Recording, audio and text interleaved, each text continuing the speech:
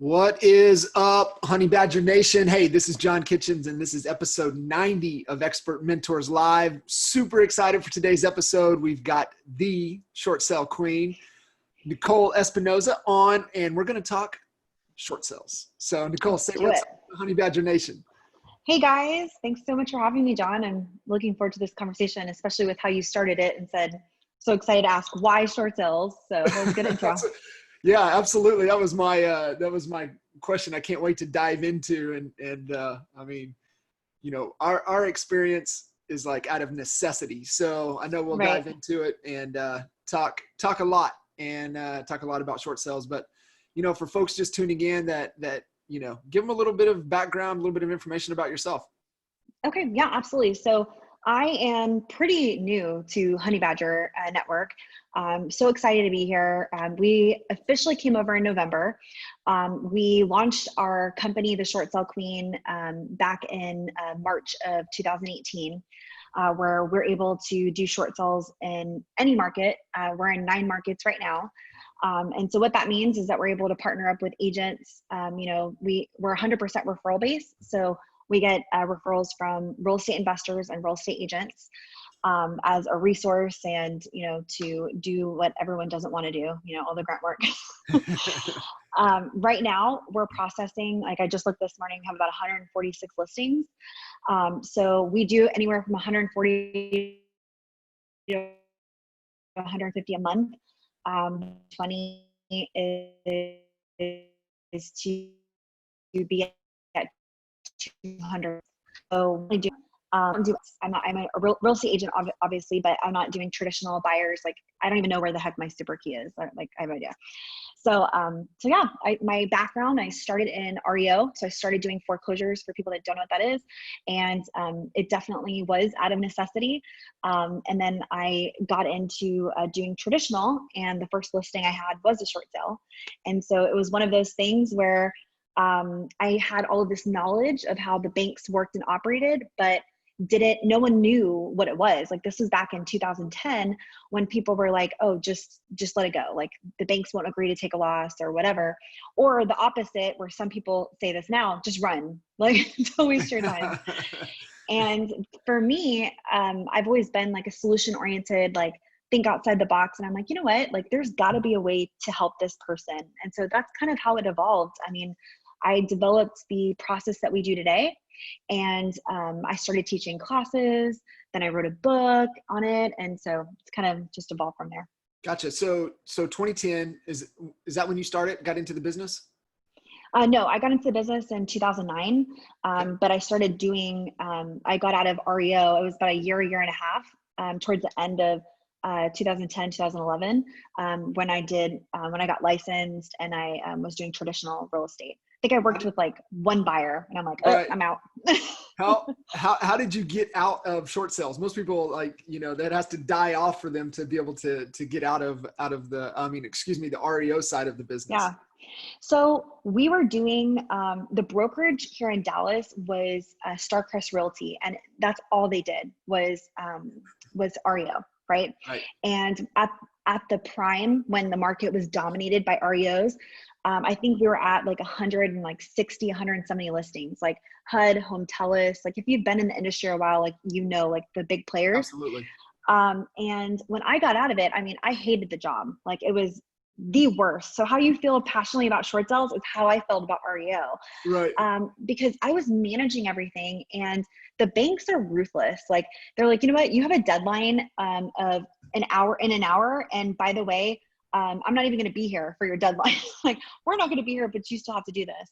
Between that and kicking people out, evicting them, I mean, you just see so much, and it was just heartbreaking. I was like, I don't want to do this job anymore. I'm tired of, you know, getting phone calls of people crying because, you know, they're getting evicted tomorrow, like type of thing. So, and it was a lot. I mean, working like 60 hours. We didn't have any fancy like automated systems or anything. I mean, I remember we had like the big yellow file folders, and we had like checklists where we would physically write it. I mean, it was not scalable. It was 10 times more work. But this was also in a day and age, which is crazy. It's only been, 10 years, right? Yep. But where it wasn't so automated, right? So people didn't think like, hey, like the CRM we use now is Infusionsoft, and people didn't think that way. People were just like, hey, how do we do a physical checklist? So it was exhausting. So yeah, I got out of it because I was like, I'm done with the banks. And of course, now I just negotiate with them. So you get licensed, you're going to go traditional route. All of a sudden, boom, short sale falls on your plate. Like, yep. For you getting introduced, maybe you just didn't know any better just because the REO world. Right. Like at what moment were you like, man, I can really help this person? So I think two things I had going for me was complete ignorance and drive, right? Because it wasn't like, when you're newly licensed, you're ignorant, right? Like you don't know, you're just hungry, right? And I came from I was so young. I was like 22 years old, and I had this really great salary. And, then I got licensed, and I went from, I was making like, at 22 years old, I was making like 75 grand. And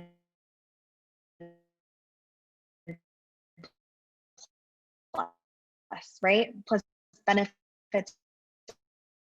I'm done. And I do, I worked with Vera, and then the first list, I realized he found the appointment with, and he's like, I can't afford the house, and I got a divorce, all this stuff. He had a hardship, and my broker at the time was like, just let it go. You can't help him. He can't come to closing with the $10,000 or whatever it was at the time. And my heart just went out to him, and I was like, okay, there's got to be something, right? Like I got to figure out something. And let's be real, I'm a new agent, and I'm used to a salary, and the ignorance was like, I got a deal. Like I got to figure this out. I got a deal. And so that evolved to me being on the phone for like an hour and a half with Aquin, who was a servicer, and asking like 100 million questions. And I'm sure to this day, he probably uses me as a story of like this annoying lady, and they can't hang up. Legally, they can't hang up on you because they're all recorded. So he's like, okay, I was like, okay, so let me ask you a question. So if I submit this, you know what I mean? And that was literally an hour and a half. And I said, okay, well, I'm gonna figure it out. And so that's what I did. And awesome. It was just like, I got this listing, and I'm going to close it because I have no money in my bank account. I have to, and I'm used to a paycheck every 2 weeks. So like I said, ignorance and drive, and then just that tenacity of like, I'm going to figure it out. And then once I realized like nobody wanted to do it, and I realized like it was so complicated, and I just dove in, and I just did my first one. Probably didn't do it that well, but hey, it closed. And then,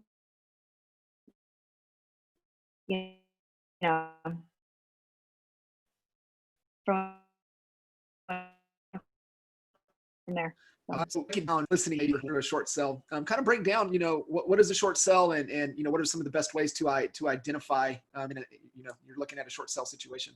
Absolutely. So for an agent, a short sell looks like you are at a listing appointment, and you're asking them, or you should be asking them, what they owe, and trying to figure out, what the house is worth by getting comps and things like that. And you're in a situation where the homeowner needs to sell. There's some type of hardship. They're coming to you because they're either in foreclosure or they are about to fall behind. And you realize when you pull the comps that you can't list the house to cover everything that's owed, closing costs, your fees, and everything like that. So in a situation, if a seller or a homeowner has to come to closing with money that they can't afford, that's a short sale. So there's two factors. They have to have some type of financial hardship that they can prove, which is not hard to prove because most people live paycheck to paycheck. And then the second is that they owe more than the house is worth. And so we have to negotiate so that the bank takes the loss instead of the homeowner. Gotcha. So that's what it looks like for a listing agent. Gotcha. Very cool. So I just want to give just some context around what that looks like for everybody. But I want to go back in time a little bit. And so obviously you closed that first short sale deal, right? Yes. Got it closed. Then what, right? Like, so like for you, when you kept going and starting to look at maybe there's a business opportunity here, like what really started to transpire, 2011, 2012, at that time frame for you? So for me, it was when I was looking for listings, like when I was trying to market myself, it was figuring out, I mean, I spent so much time developing the process that I do now. And once I started calling the different lenders, like, I'm not even kidding, even if I didn't have a listing, I was like, okay, I know the major lenders. I called each one, got all the paperwork, figured out like what I needed to do, what I needed to submit. And of course, you know, all of the knowledge is just from the thousands of transactions, right? Because there's things in real estate in general that you can never learn until you're actually in the trenches. And and a lot of short sales are, oh, well, I've already done this before, so I know I can do it again, even though you're telling me no. So the biggest obstacle agents have is that they don't understand how the banks work and operate. They think, okay, well, I called and the bank said no, or they shut it down. Okay, well, it doesn't work that way. What were you missing? What did you not submit? What did you not see? And so a lot of it is asking the right questions in order to get it approved. And if you have to, if you don't know, like in my book, I talk about like the blind leading the blind. So if you don't know the questions to ask and the person you're talking to has no freaking clue, it's just a lot of back and forth and wasted energy, and you don't actually get anywhere because you don't know how to get to the actual issue of what's holding up the file. So I have ADD, so I forgot your original question. I just want you to kind of bring us up. You know, we're going to work our way to the present, and then okay, how my business, give some right? best practices. I want, you know, when did you start to see, wow, there's some momentum, there's some opportunity here for me to keep going down this path? Okay, so in 2011, 2012, once I developed the process, then I started teaching classes.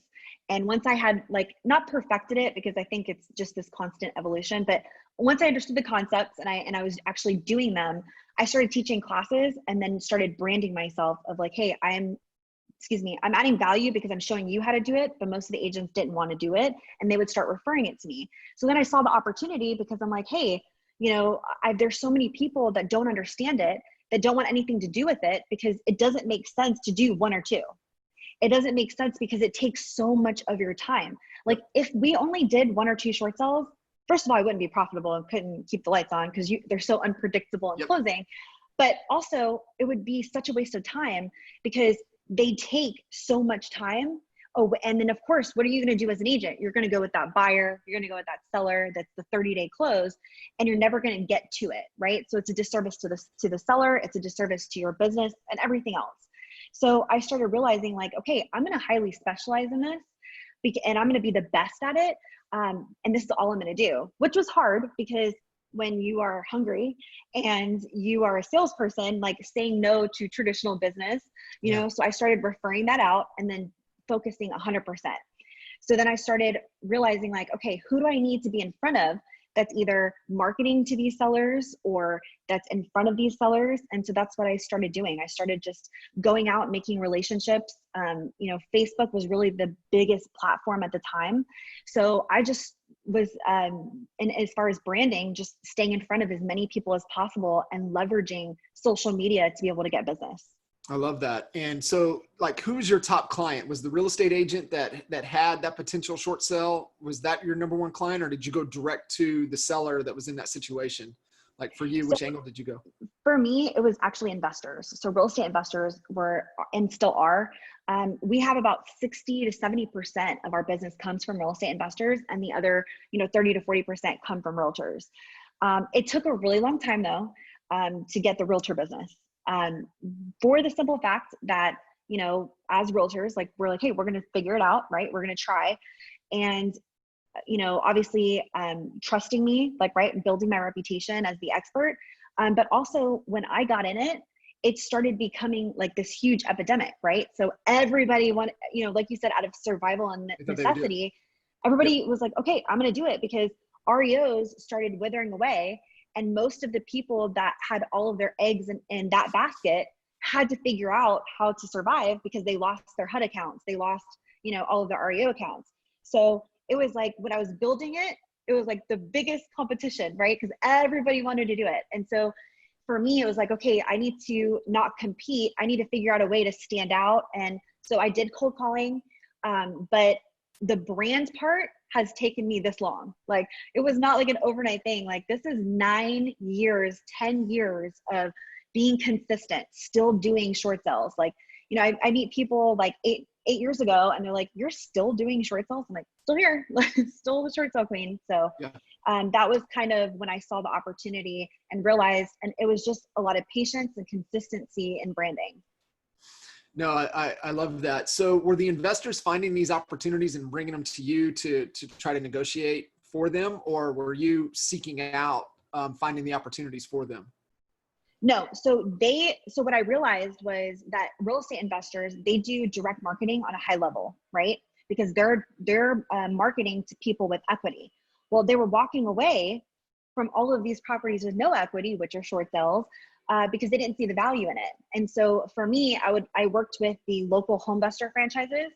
And then once I had got those relationships, it was like this domino like effect as far as like word of mouth. And then, I mean, it just took off from there. They're like, oh, talk to Nicole about these. And so I started teaching these acquisition teams, like, look, if you're coming across these leads, don't throw them away. And so that's kind of how that happened. That's fantastic. So that really started to take off for you, and for you, you nailed it a while ago, and you've done enough to where you've developed enough relationships with probably the banks and everybody. So you know the people to talk to, the things, you know, the whole process, which is fantastic. And that just, like you said, takes time to be able to do that. I want to talk about your team growth here in a minute, but for an agent, you know, what would you recommend other than kicking the deal over to you? But as we know, agents, right, it's that scarcity. They want to hang on to it, and if they can try to make it work. But if they come across a potential short sale situation, like what are the right things to do to where they don't do a disservice to that home seller? So the first thing I would do, if, you know, I'm a new agent and I don't know, you know, about short sales and things like that, is find out the key things, or find out if the person is in foreclosure, and if they are, if there's an auction date, because that's your timeline to do anything. And the worst thing that you can do is take on a client, have them trust you thinking that you're going to take care of it, and then they get foreclosed on because you don't know the steps to take, or you didn't know the questions to ask. So you need to find out if they're in foreclosure, if they have an actual sale date, so that you know, like, okay, like for example, I know that we're nationwide here, but in Texas, it's a non-judicial state. So that means that the first Tuesday of every month, it doesn't have to go through court. On the courthouse steps, you know, it goes to sale every month. So if you have a March 3rd foreclosure date, which is coming up, and I don't know about it, I could be just like, okay, let's just list the house. Let's see what happens. And there's so many agents that take that approach. Why? You have no idea what the bank's willing to accept. You're playing this guessing game, hoping. We all know real estate 101 as an agent, overpricing is not going to bring traffic. So a lot of times they're just so excited to get the listing that they just kind of make this like Hail Mary, like, well, let's see what happens. And you don't want to play with someone's house. It may be a listing that you lost, but someone literally lost their house to foreclosure because you didn't ask the right questions or didn't know the steps. So find out about the foreclosure auction date, and then find out what's owed. A lot of times people just, you know, are like, oh, well, I think I owe this. And they look at their statements. No, if they're behind, it's that statement is going to go up incredibly. Like we've seen it double. We've seen like $50,000, $75,000. So in order for you to know which step to take, you have to have all of the information. So you need to know if they're in foreclosure, and you need to know what's owed on the property. Is there a second lien? Is there HOA? Like generally it's a domino effect where if they're behind on one thing, they're behind on everything else. Right. So you have to ask that. And most agents don't have that perspective. Most agents are like, well, my client didn't tell me, right? Because they're used to the client kind of driving the bus. Short sale clients are a completely different ballgame. If you ask me, the hardest part about a short sale, it's not the bank, it's the seller. Because we can. So talk a little bit about that. So like, how would you coach an agent through being able to extract that information from the home seller and to be truthful? Because you're spot on. They're embarrassed, right? They don't want to. They don't want to open up and be vulnerable and be like, here's all my shit right here. It's all on the table. Like that, they typically don't do that, right? So how do you coach an agent to be able to get the seller to be truthful and open up to you? Well, you let them know that in order, I mean, I'm going to be honest, I've never had a problem having a seller tell me, because I come in and I'm the authority and I'm like, look, this is what I need to get this done for you. And generally they're at a place where they're like, okay, I need to do it. Now, I trust but verify, right? So if they're telling me, hey, you know, I owe 150,000, the first thing my question is like, where'd you get that number, right? And it's not so much, you know, there are going to be people that are going to try to, you know, pull one over on you, but most of the time it's just honestly ignorance, where they don't open their mail.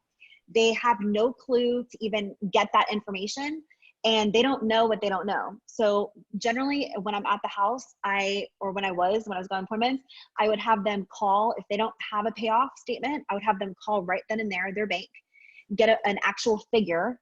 And then we would go over, you know, hey, did you ever have a second lien? Well, no. Okay. Did you ever at any point, were you paying at any point?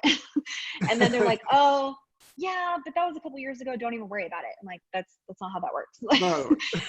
So, and I would have to know that. I mean, I'm not even kidding. Like, it almost sounds like a little condescending, because I'm like, you know, are you paying this? No. Okay. And I'll ask the same question like 2 or 3 times. And it's just a matter of telling them like, I need this information or I can't help. That's awesome. No, fantastic. Yeah, I wanted you to share that, because that's the truth, right? You got to dig, you got to ask the question a couple times, to get to that point. So no, that's great. And so when they get to that point, they know the date. Now, what are some common, things that agents believe about short sales that are not true, right? Do you get it, they're in that situation. Do you have to have an offer? What has to happen to really be able to trigger the process and stop it from going to the courthouse steps?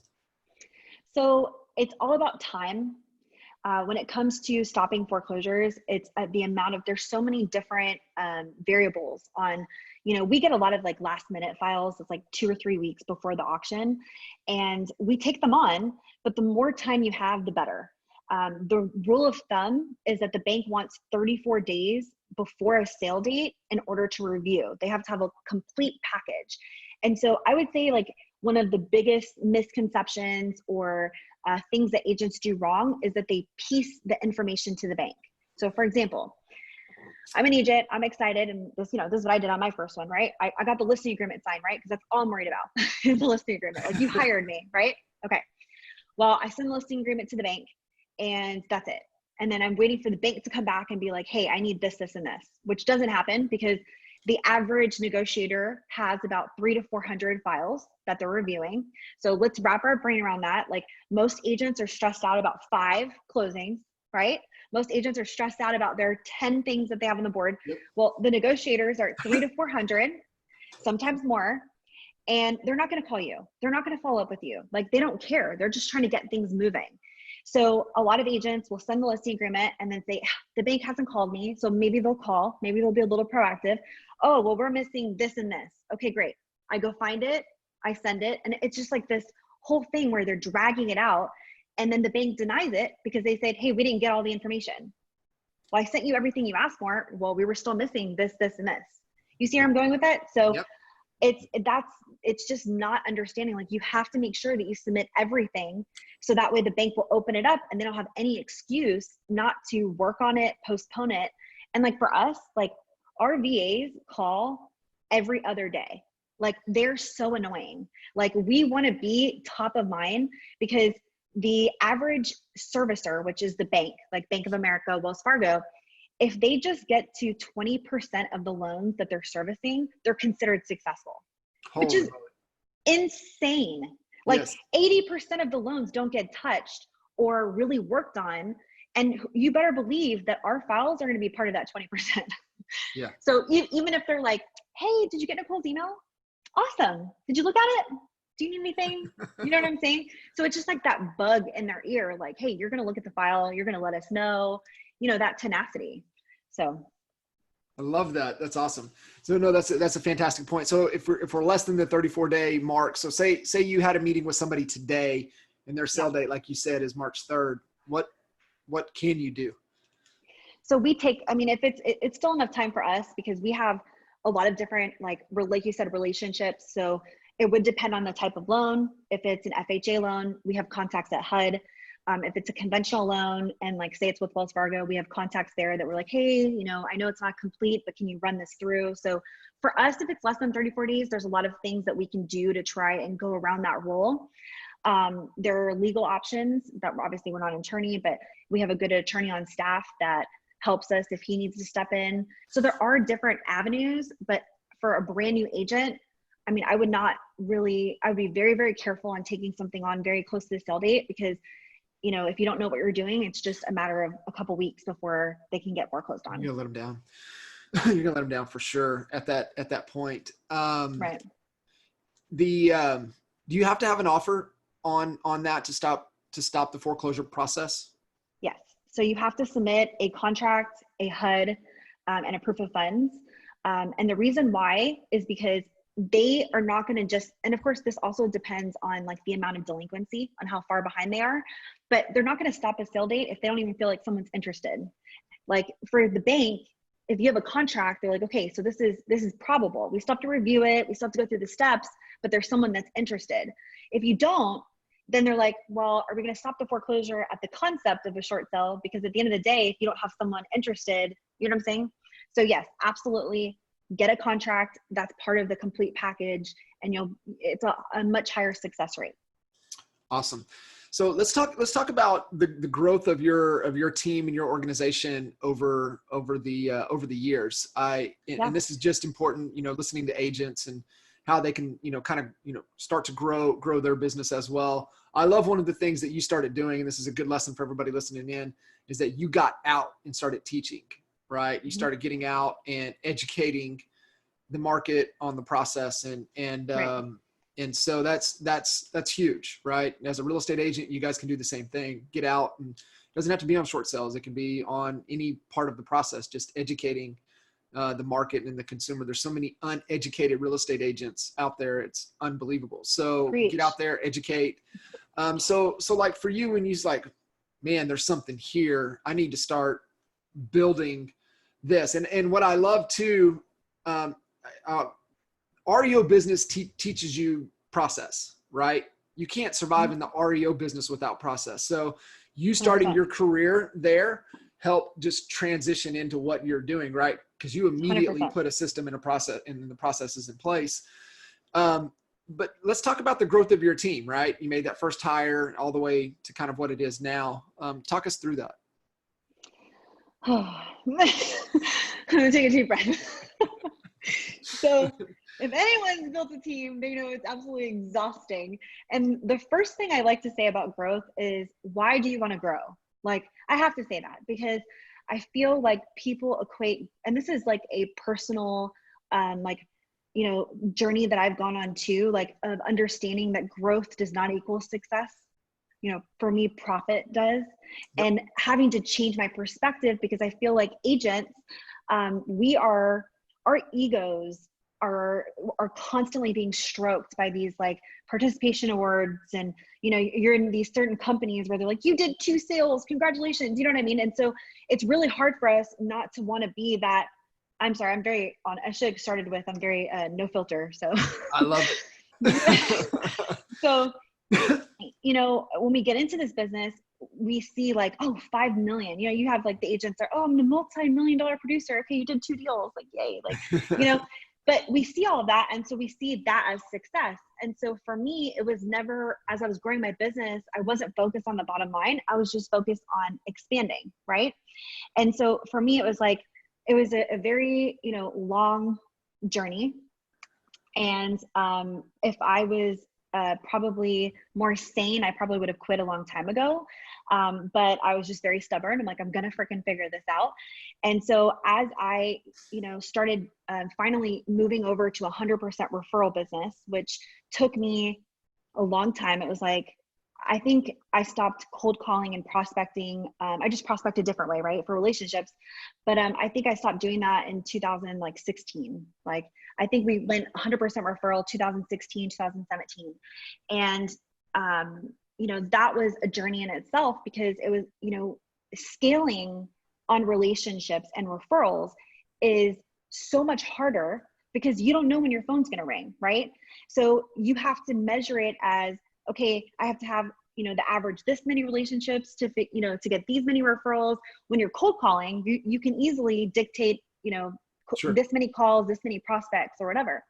So that in itself has been a challenge of making sure that my phone's constantly ringing. So I'd have this anxiety. I'd get to I remember my first goal was I have 10 closings a month. And that was mind blowing to me, right? Oh my God. And so once you hit that, then you're okay, I'm at 20 closings a month and 30, and then you keep going. And so for me, the biggest, we could probably do a whole other podcast on scaling. That's a whole other thing. But for me, it was hiring intentionally, putting the right people. What's their capacity? Can they, first of all, short sales are, there's a reason why nobody wants to do it, right? The banks are a pain in the butt. The agents don't understand. They're giving us offers. Our sellers are, sometimes they're assholes because they're going through all this stuff. And there's some that are really grateful, but then there are some that you're just all right, dude, chill the hell out, Yeah. So we have to stick together. I've always created an amazing culture, but I wasn't intentional on the talent. And so it capped me for so long.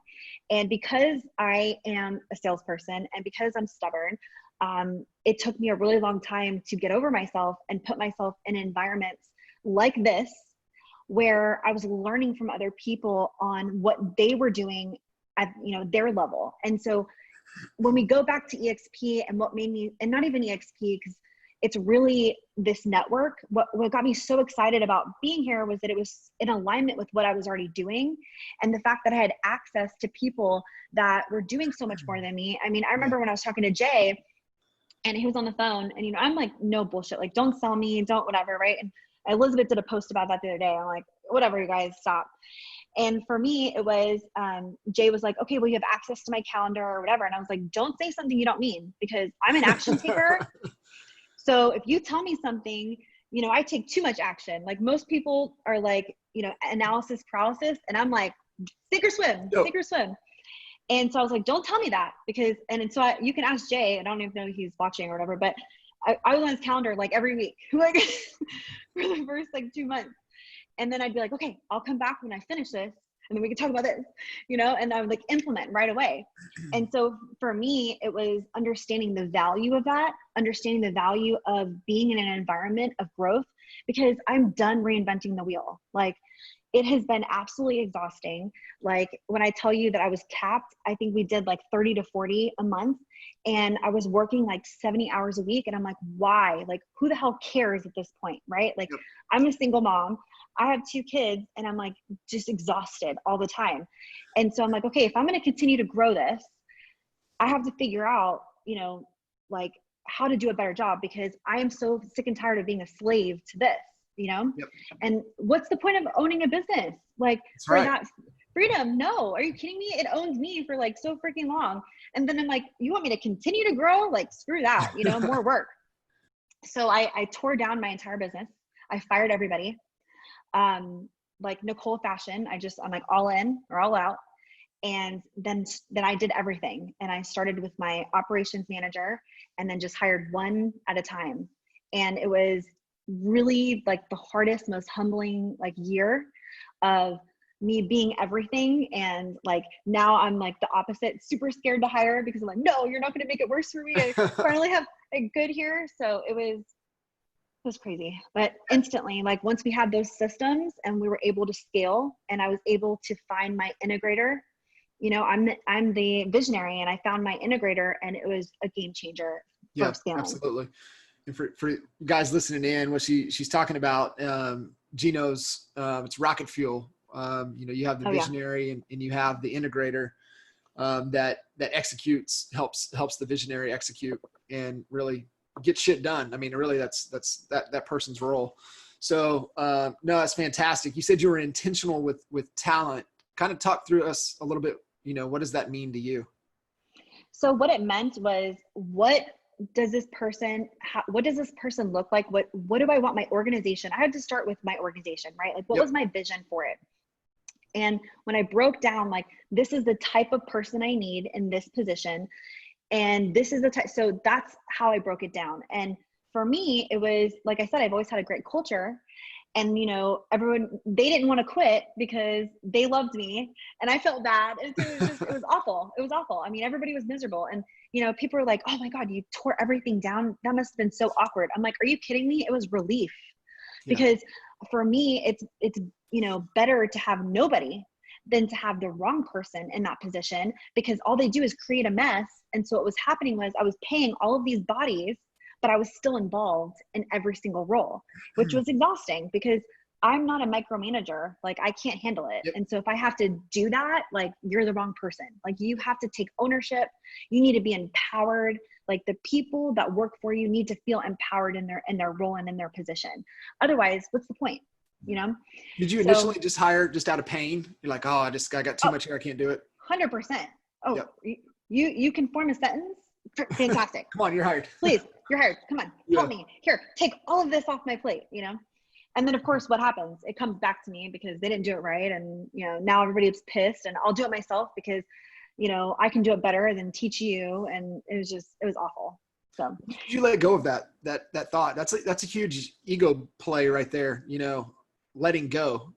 So what was that, like that moment for you're like, forget this. I just can't, I got to let go of it. There wasn't a moment. There was a lot of moments. It was an evolution, right? So it was like a 6-month process of letting go because I mean, I don't know who's actually on here because I can't see it, but Nick Good, who, got, they're a good home team. They came over and I followed them. We came from Keller Williams. And I remember when I was looking, cause I had to get out of this boutique brokerage, right? Cause I was like big fish in this boutique brokerage and they were like a family to me. And then I was like, okay, I need to get over myself. I need to be with people that are doing so much better and whatever. And I remember I sat down with him and he said, you're still going on listing appointments? And I'm like, yeah, of course. Who's going to talk to, no one talks to a seller like me. Like, and I'm sure every agent can relate to this, right? Because all these agents I talk to that when they want to learn about growth, but they don't want to take the steps to grow. And so I remember he said, this was a couple years ago. I don't even know.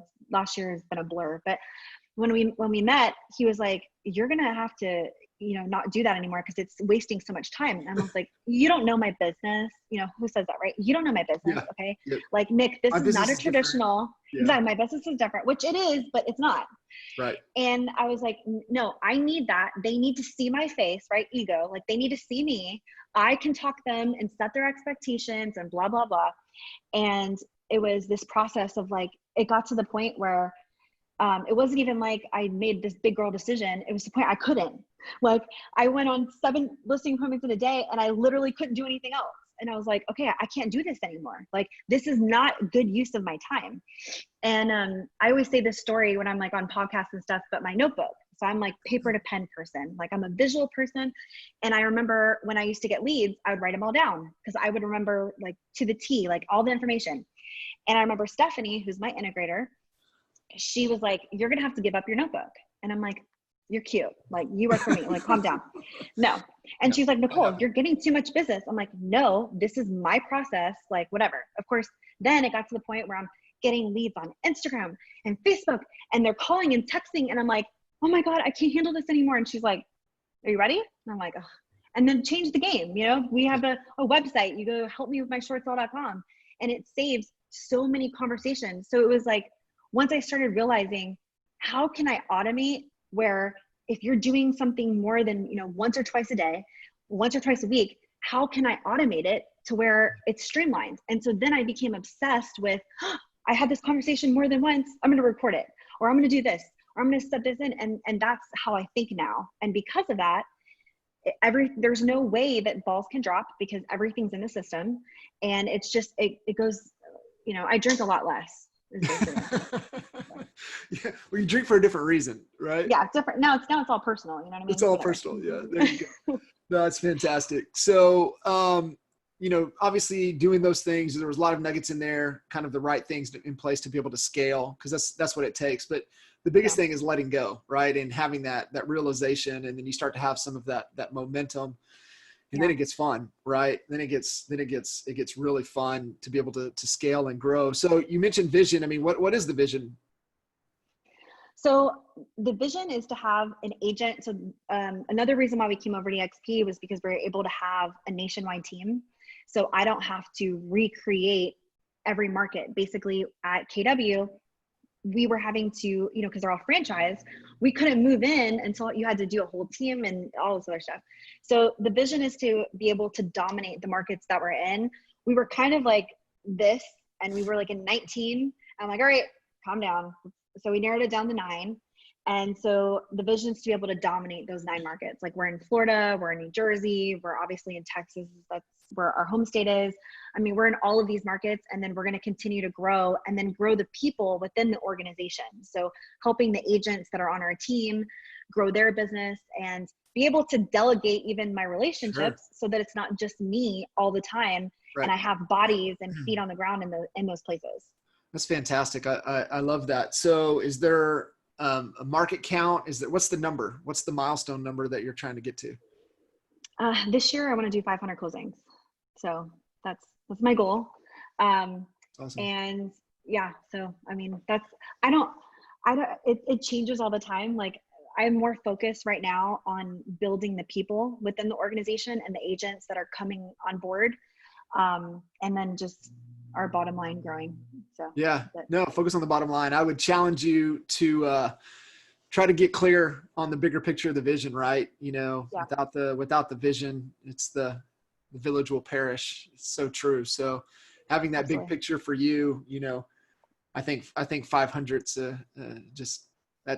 it's already done. I think for you, it's bigger than that, for sure. What is the timelines right now for you guys, short sale wise, from the moment that you get a file till you're able to? So our average time frame for processing is 3 months from start to finish. Every short sale is different. So obviously there's going to be exceptions, problems come up, things like that. But yeah, we're doing pretty well. It's 3 to 4 months, and the industry is like, I think a year plus if it gets approved. So we've been able to narrow that down, which helps us become a lot more profitable the less time that we're working on it. What is success rate for you guys? You know, every 10 98%. files? What is it? 98%. So That's there's amazing. because we don't give up. I mean, that's not profitable, but we don't give up because, I mean, we had a file that we closed last week, and it was literally a year that we had it. And I'm like, oh my God, I even know the seller. You know, I don't know many sellers anymore, but when I do, that means shit has hit the fan or whatever, and I'm involved. Got it deep. And it just didn't even make sense. I think at that point it was like a reimbursement, but for us, it's like, we're going to always take care of our clients, and it's always the long term, right? It's for the relationship. It's for the client, you know, money will always come if you do the right thing. So. Gotcha. We had a couple questions coming in. One was the doable in New York. Are you in New York? Is it doable there? What's going on? So it is absolutely doable. We personally, we just closed our last couple transactions in New York because it is a pain in the butt. It's the attorney state. So the attorney it just makes it so much harder. If you're local, that makes sense. But we're trying to get away from anything that takes us away from our process. Because when you're creating more work, it's not scalable. So it's absolutely doable in New York. We just closed out the last, I think, 2 listings that we had there.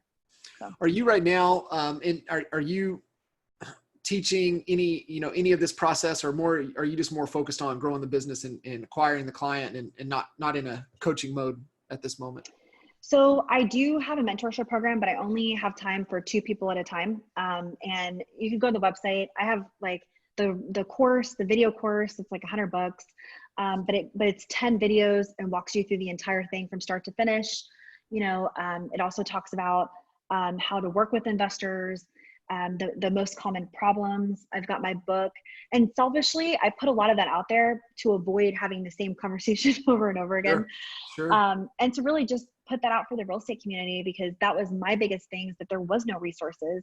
You know, there's a million resources for how to list a house or how to, you know, do traditional real estate, but there's nothing on this. So you can do that. So. Yeah, no, that's fantastic. So when did you write the book? So it was published in, I think February of 2018, I think was when we had our launch party. And then last year, February 2019, I published the Audible version. And then it's on Kindle now too. So it has a couple of different, you can basically get it any different way. What was the inspiration or the necessity? What caused you to write the book? So I had 2-hour CE classes through the local associations, Metro Tex and CCAR. And every time I would teach the class, they're like, I wish you could just keep going. Like, I wish you could dive in. And that was a really hard thing personally for me, because I was like, oh, who's going to read my book? Like, what? Like, and just getting over yourself and I'm like, you know what? If all this happens from this book, I had no idea what to expect. And I was like, if all it happens is that it becomes a resource for a couple of people, it is what it is. Like, I feel good about it. And it took off. It's like the Audible is like #1 on Amazon, or best-selling. It was best-selling on Amazon when it came out. And the book sales have done really well. I don't really do anything to promote it. It just kind of is there. But yeah, it's been awesome. It's been a crazy journey. That's so cool. You should be very proud of that. That's awesome. Yeah. I guess kind of my question for an agent, what's the easiest way if they want it to, because you nailed it in the beginning. It's not the highest and best use of an agent's time. Right. When you're doing 1, 2, 3, whatever as it is. We had a hard time ourselves. You were talking about, starting out. There's this picture of Jay somewhere, 08, 09 timeframe. And so we had different color coded files in our office, right? We had, gray was traditional. We had blue for REO. We had red for short sales because it was just like pain, right? Yeah. It was our color code. But there's this picture, there's like 30 something files on his desk of red folders. And, it was out of necessity in our market. We had to go that route. Yeah. So I guess my question, like if somebody was wanting to like kick deals over to you, hire you to do their files, like what does that look like? So we pay a referral fee for anything that you guys send over. The easiest way to do it is to go to our website, thessqueen.com, because you can go into our fancy new no messaging Nicole with the leads. You go there and it's a web form through Infusionsoft. So what happens is once you put the information, it creates a contact and it tags you as the person referring it. So what happens is every Monday you get a weekly update on anything that you've referred over, which for me was essential. Like my biggest pet peeve when you're referring something is I don't want to have to chase you. I'm giving you the business. Everybody works so hard to get the business, the referrals, and then they just drop the ball when it actually comes to working on it, So for us, that was, key and fundamental. So, every step of the way, you're going to know what's going on and understand what's going on with the clients that you referred over and things like that. And if we don't have an agent in that state, then we would work with you on keeping the listing and then working on a deal with that. So there's a couple different ways we can work together. Fantastic. You guys listening in, don't try to tackle it. I'm telling you, you're better off kicking it over to Nicole. She's definitely proven track record with that high of a success rate. That's incredible. So fantastic. Anything else that you want to kind of share, just some kind of on your mind to kind of share back to the Honey Badger Nation comes to business or short sales? I think the biggest thing, specifically for this group, is I've had a lot of success with agent attraction on like what you said earlier. I don't think enough people are trying to add value to the marketplace, to the agents, and they underestimate the power of that to even recruit. And so I'm at the point right now where people are just putting themselves on my calendar just to talk about the opportunity and talk about the network. And so I feel like that's super powerful because most people, for me, it's a huge turnoff. Like I would have never in a million years considered EXP Realty. Like I'm not even kidding. And I'm pretty sure there's recordings of me somewhere on the internet saying like, oh yeah, well, good for you, but get away from me. Mostly because it's presented as I'm trying to make money off of you. And that was such a huge turnoff because I was like, stop trying to sell me. Like, I'm busy. Like, I'm running a business. I'm trying to sell houses. I'm not worried about an MLM, you know, right? So I feel like that's a huge negative when it comes to that brand. And for me, what got me over, and I think people do need to hear that, and especially in this group, because I know you guys talk about, you know, how to attract talent and things like that. The biggest thing for me was, it was about me. So I remember Jay, you know, I also was banned from Facebook groups. So I'd like to clear this up for anybody that's listening. That was, I was an asshole. Like, Jay was like immediately, he's like, oh, so, you know, getting into this whole thing, he was going to show me his revenue share. And I was like, I don't care. Like, I don't care. Good for you. I don't care. And he was just kind of like, he took the approach of like, okay, well, if you don't want to hear it, let's just have drinks. I'm like, perfect. Cause that's why I'm here. Like, we're all hanging out. Like, let's calm down. And it wasn't until we started talking about my business and my pain points and what my biggest struggles were and how they can provide solutions for it, that it actually pissed me off when I left there, because I was like, I don't want to go anywhere. I think I asked like 15 different people, like, what do you think about this? Like, poke the holes, like, tell me, because I want to stay where I'm at. Like, I don't want to do this. And they're like, it's kind of a no-brainer. Like, it's kind of a no-brainer to go over there. And I'm like, oh, like, no, somebody tell me this sucks. Right. And so wrapping my brain, I was actually really upset. So I was like, I was just here for drinks, you know? And then it was like, okay, Nicole, you're already attracting agents. You're already helping them. Why the hell wouldn't you want to you have to change your perspective, right? Like, why wouldn't I want to help create that opportunity? If I have agents, why wouldn't I want this opportunity to plug them in where it takes the burden off of me for training and this and that? And so I feel like the biggest thing I can leave, you know, especially with this group, is like, focus on value, focus on that person and their business and what they're going through, and provide solutions instead of trying to sell them, because people know, like, people are over it, you know? Yes, they are. Well put. Thanks. Thank you for sharing that, for sure. Best way, just to head over to the website is the best way to kind of connect with you. And if they need some information, just head over there. Yes, sir. And then we also have our YouTube channel, the Short Sale Queen, that we do weekly videos. So if you want like tips and things like that. So. Sweet. That's awesome. Well, I really appreciate you making the time, jumping on, adding tremendous value. And, you know, you guys listening in, we'll get the replay up, but make sure you guys give lots of love to Nicole for dropping all of the short sale knowledge and in business pain points with us today, and really appreciate it. So Nicole, thank you. You guys, we'll catch you guys on the next episode. Thank you.